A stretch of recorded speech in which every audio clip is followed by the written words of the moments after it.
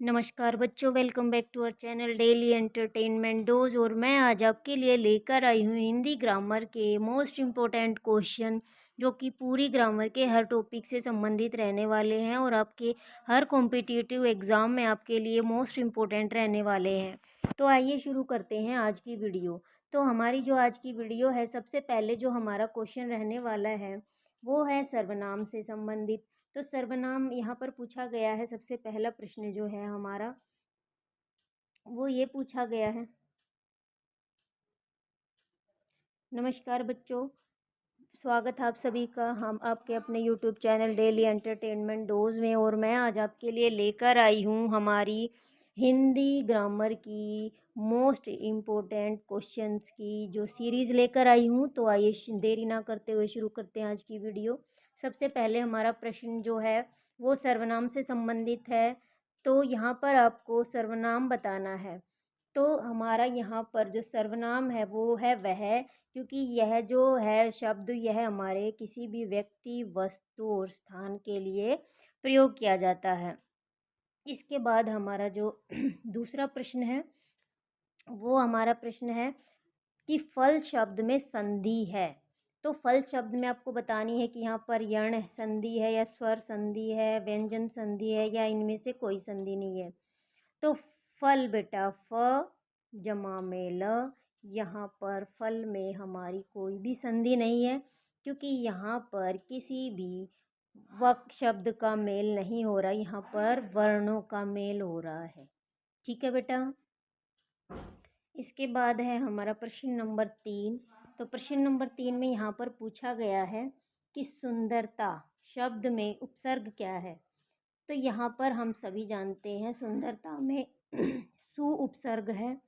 सु का अर्थ होता है बेटा सुंदर। ठीक है, ये देखिए यहाँ पर सुंदरता का जो अर्थ होता है हमारा वो होता है अच्छा, सुंदर या शोभा देने वाला।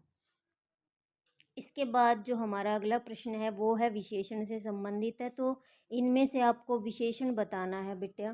तो विशेषण यहाँ पर हमारा लाल, लाल हमारा विशेषण है, क्योंकि लाल जो है वो गुण का बोध कराता है। जैसे हम बोलते हैं लाल सेब, ठीक है, लाल कपड़े। तो यहाँ पर जो है कपड़ों की या सेब की विशेषता बता रहा है, यहाँ पर गुण बता रहा है।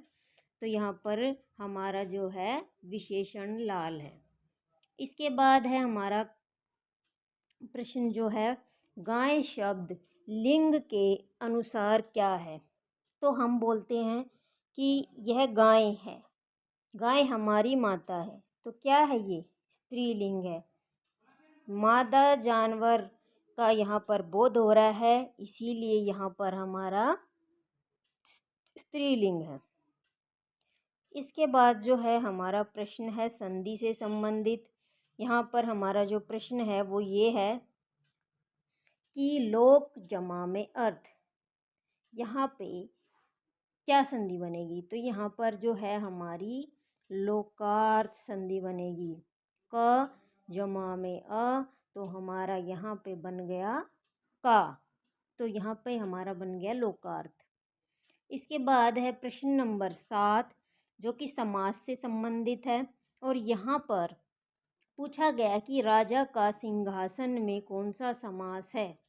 का, की, के, क्या है ये?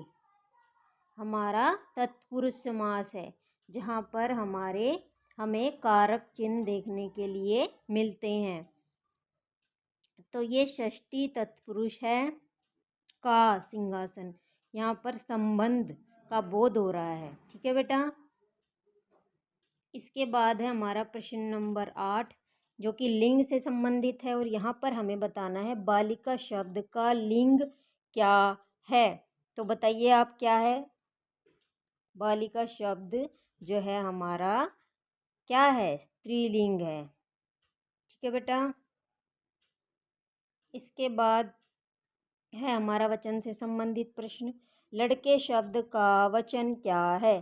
तो लड़के शब्द का क्या है हमारा? बहुवचन। ऑप्शन बी यहाँ पर सही रहने वाला है। इसके बाद है हमारा कारक से प्रश्न है कि राम ने खाना खाया। यहाँ पर राम कौन सा कारक है? राम क्या है हमारा? कर्ता कारक, क्योंकि कार्य को कौन कर रहा है? कार्य को कर रहा है कौन? राम। तो कार्य को करने वाला कौन? कर्ता। इसके बाद है हमारा सर्वनाम से संबंधित प्रश्न है। यहाँ पर आपको बताना है कि सर्वनाम यहाँ पर क्या है, बताइए।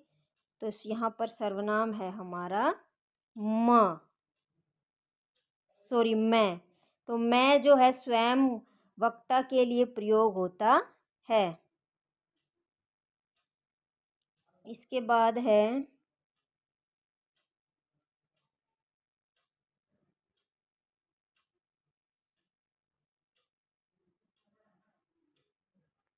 हमारा विशेषण। तो विशेषण यहाँ पर नीला आसमान में, नीला क्या है? तो ये एक विशेषण है, क्योंकि ये आसमान की क्या बता रहा है? विशेषता बता रहा है। तो यहाँ पर हमारा विशेषण है। इसके बाद है हमारा प्रश्न, बच्चा रो रहा है। इसमें रो रहा है क्या है? तो यहाँ पर रो रहा है एक क्रिया है। यहाँ पर ऑप्शन सी हमारा सही रहने वाला है। इसके बाद है हमारा काल से संबंधित प्रश्न है, और यहाँ पर वह स्कूल गया था। यहाँ पर कोई काम उसने किया था, वो काम कर चुका है, तो इसका मतलब क्या हो गया? भूतकाल, ऑप्शन बी। गया था से हमें पता क्या चल रहा है कि क्रिया भूतकाल में हुई थी।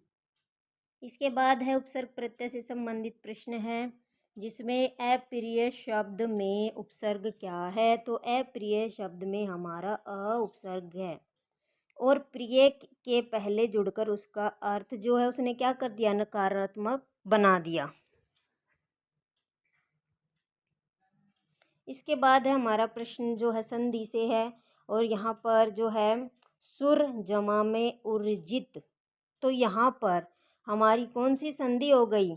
तो यहाँ पर हमारी संधि हो गई सुरजित, सुरुजित।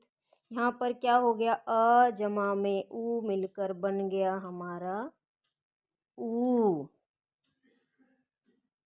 इसके बाद है हमारा प्रश्न नंबर 17, जिसमें है दीन दुखी में समास बताना है आपको। तो यहाँ पर कौन सा समास है? द्वंद्व। दोनों का यहाँ पर समान महत्व है। ये हमारा जो समास है वो क्या दिखाता है? दोनों पद हमारे यहाँ पर प्रधान होते हैं, बराबर होते हैं। ठीक है बेटा। इसके बाद है लिंग से संबंधित प्रश्न, सिंगनी शब्द का लिंग क्या है? तो सिंगनी का क्या लिंग है? स्त्रीलिंग है, क्योंकि ये एक मादा है। इसके बाद है हमारा वचन, पुस्तकें शब्द का वचन क्या है? तो ये क्या है? बहुवचन, ऑप्शन बी।